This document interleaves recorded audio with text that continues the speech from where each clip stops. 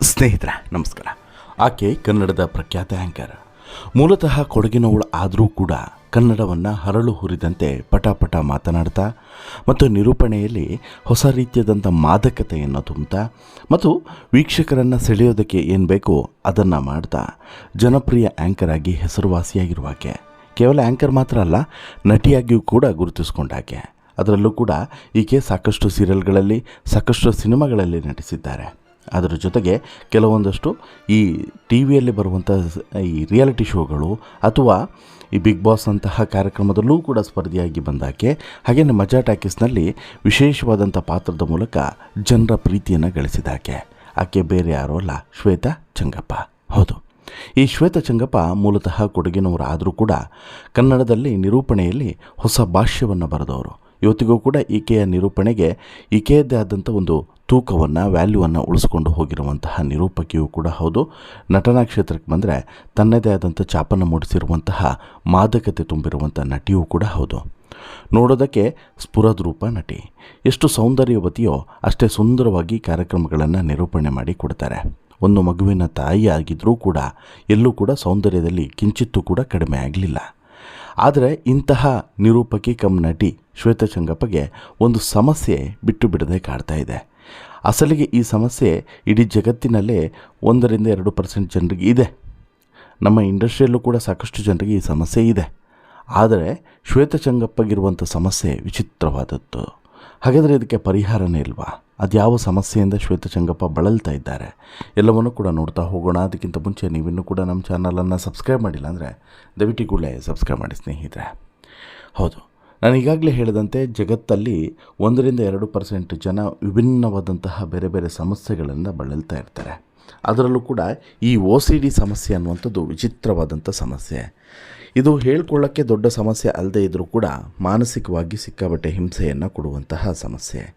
ಭಾರತದಲ್ಲಿ ಇದು 0.8% ಇದೆ ಅನ್ನೋದು ಈಗ ಅಧ್ಯಯನದ ಮೂಲಕ ಗೊತ್ತಾಗಿರುವಂಥ ಸಂಗತಿ. ಇದನ್ನು ಒಬೆಸಿವ್ ಕಂಪಲ್ಸಿವ್ ಡಿಸಾರ್ಡರ್ ಅಂತೇಳಿ ಹೇಳ್ತಾರೆ, ಅಂದರೆ OCD ಅಂತೇಳಿ ಹೇಳ್ತಾರೆ. ಇದು ಮಾನಸಿಕ ಸಮಸ್ಯೆಯ ಹೊರತು ಬೇರೆ ಏನೂ ಕೂಡ ಅಲ್ಲ ಅನ್ನೋದನ್ನು ಕೂಡ ನಾವಿಲ್ಲಿ ಅರ್ಥ ಮಾಡ್ಕೊಬೇಕು. ಹಾಗೆಯೇ ಇದು ಗಂಭೀರ ಕಾಯಿಲೆ ಕೂಡ ಅಲ್ಲ. ಹಾಗಂದ ಮಾತ್ರಕ್ಕೆ ಇದನ್ನು ನೆಗ್ಲೆಕ್ಟ್ ಮಾಡ್ಬೋದಾ? ಖಂಡಿತ ಇಲ್ಲ. ಇದು ಮುಂದೆ ಬಿಡ್ತಾ ಹೋದರೆ ಗಂಭೀರತೆಯನ್ನು ಪಡೆದುಕೊಳ್ಳುತ್ತದೆ ಅನ್ನೋದ್ರಲ್ಲೂ ಕೂಡ ಡೌಟ್ ಇಲ್ಲ. ಅದೇ ರೀತಿ ಇಲ್ಲೂ ಕೂಡ ಸಾಕಷ್ಟು ಜನರು ಕೂಡ ಇದರ ಸಮಸ್ಯೆಯಿಂದ ವಿಕೋಪಕ್ಕೆ ಹೋಗಿದ್ದನ್ನು, ಅದರಿಂದ ಸಮಸ್ಯೆಯನ್ನು ಎದುರಿಸಿದ್ದನ್ನು ನಾವು ಕೇಳಿದ್ದೀವಿ, ನೋಡಿದ್ದೀವಿ. ಅದೇ ರೀತಿ ನಟಿ ನಿರೂಪಕಿ ಶ್ವೇತಾ ಚಂಗಪ್ಪ ಅವ್ರಿಗೂ ಕೂಡ ಇದೇ ರೀತಿಯಾದಂಥ ಒಂದು OCD ಸಮಸ್ಯೆ ಕಾಡ್ತಾ ಇದೆ. ಅಸಲಿಗೆ ಈ OCD ಸಮಸ್ಯೆ ಎಲ್ರಿಗೂ ಕೂಡ ಒಂದೇ ಥರ ಇರೋದಿಲ್ಲ. ನನಗೆ ಒಂದು ರೀತಿಯಲ್ಲಿ ಇದ್ದರೆ ನಿಮಗೆ ಒಂದು ರೀತಿಯಲ್ಲಿ ಇರ್ಬೋದು, ಇನ್ನೊಬ್ಬರಿಗೆ ಮತ್ತೊಂದು ರೀತಿಯಲ್ಲಿ ಇರ್ಬೋದು. ಈ ರೀತಿ ಒಬ್ಬೊಬ್ಬರಿಗೆ ಒಂದೊಂದು ರೀತಿಯಲ್ಲಿ OCD ಸಮಸ್ಯೆಗಳು ಕಾಣಿಸಿಕೊಳ್ಳುತ್ತವೆ.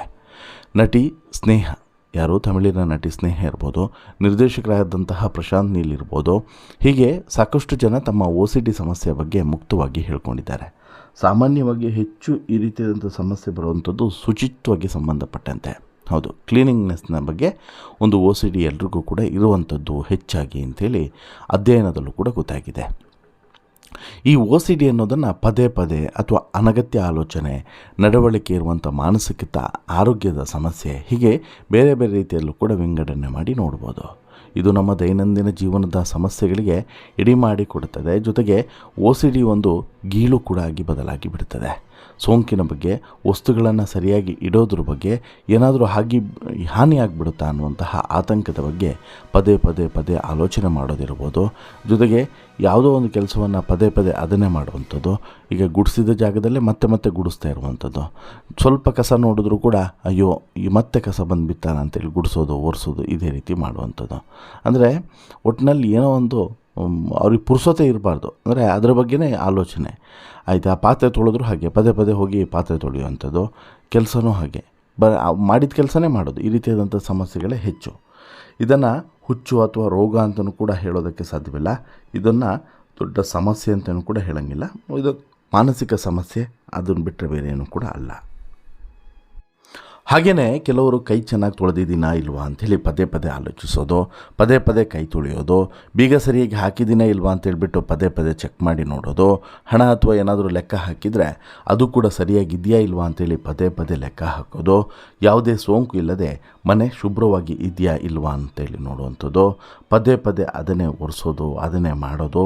ನಿರೂಪಕಿ ಶ್ವೇತಚಂಗಪ್ಪ ಕೋಳಿ ಮೊಟ್ಟೆಯನ್ನು ಸೋಪ್ ಹಾಕಿ ತೊಳೆಯೋದು ಎಲ್ಲವೂ ಕೂಡ ಒಂದೇ ರೀತಿ ಇರುವಂಥದ್ದು. ಹೌದು ರೀ, ಇತ್ತೀಚೆಗೆ ಜೋಡಿ ನಂಬರ್ 1 ಕಾರ್ಯಕ್ರಮದಲ್ಲಿ ಸ್ವತಃ ಈ ಬಗ್ಗೆ ಶ್ವೇತಚಂಗಪ್ಪ ಹೇಳ್ಕೊಂಡಿದ್ದಾರೆ, ತಮಗಿರುವಂಥ ಸಮಸ್ಯೆ ಬಗ್ಗೆ ಹೇಳ್ಕೊಂಡಿದ್ದಾರೆ.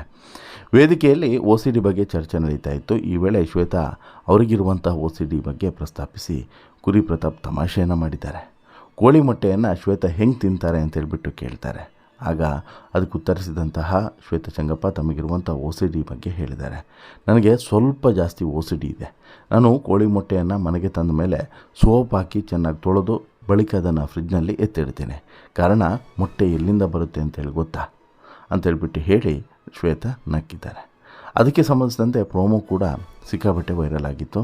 ಈಗ ಎಪಿಸೋಡ್ ಕೂಡ ಸಾಕಷ್ಟು ಜನ ನೋಡಿ ಎಂಜಾಯ್ ಮಾಡ್ತಿದ್ದಾರೆ. ಡಾರ್ಕ್ ಥೀಮ್ನಲ್ಲೇ ಯಾಕೆ ಸಿನಿಮಾಗಳನ್ನು ಮಾಡ್ತೀರಾ ಅನ್ನುವಂಥ ಪ್ರಶ್ನೆಗೆ ನಿರ್ದೇಶಕ ಪ್ರಶಾಂತ್ ನೀಲ್ ಉತ್ತರಿಸಿದರು. ನನಗೆ OCD ಇದೆ.